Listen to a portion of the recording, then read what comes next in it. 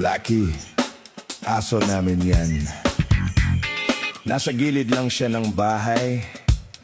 Tahimik lang lagi, parang walang pake sa mundo. Yung tiyuhin ng kaibigan ko, lagi siyang may dalang saging na maitim. Maputi yung ngipin niya, kita kahit nakangiti.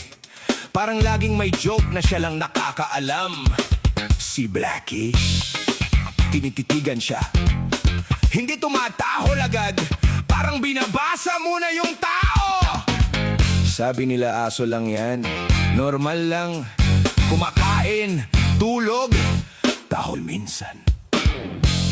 Pero pag dumadaan yung lalaki, yung may saging na maitim, biglang tumitigil si Blackie.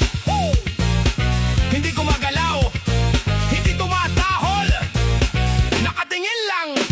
Parang alam niya yung hindi namin alam. Parang may code na siya lang nakakabasa. Isang beses, tumahol siya. Hindi sa labas, parang sa loob ng pangalan niya.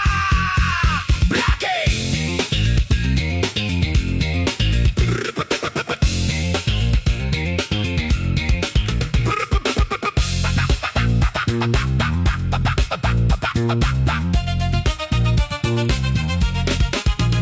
Blackie! Minsan naiisip ko, baka hindi siya pet. Baka siya yung nanonood sa amin. Yung kanto, yung bahay, yung araw-araw na dumadaan kami, parang normal lang. Pero si Blackie, hindi siya normal tumingin. Parang may iniimbak siyang impormasyon na hindi namin kayang basahin. Yung lalaki, yung may saging na maitim, maputi laging ngipin. Kapag nandyan siya, tumitigil si Blackie. Parang respeto, parang takot, parang kilala niya. Black, Black, Blackie, Blackie,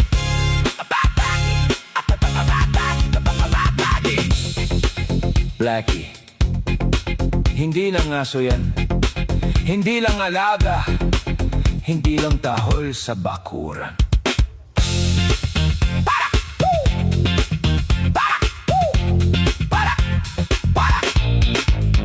Parang may mas malaking kwento siya kaysa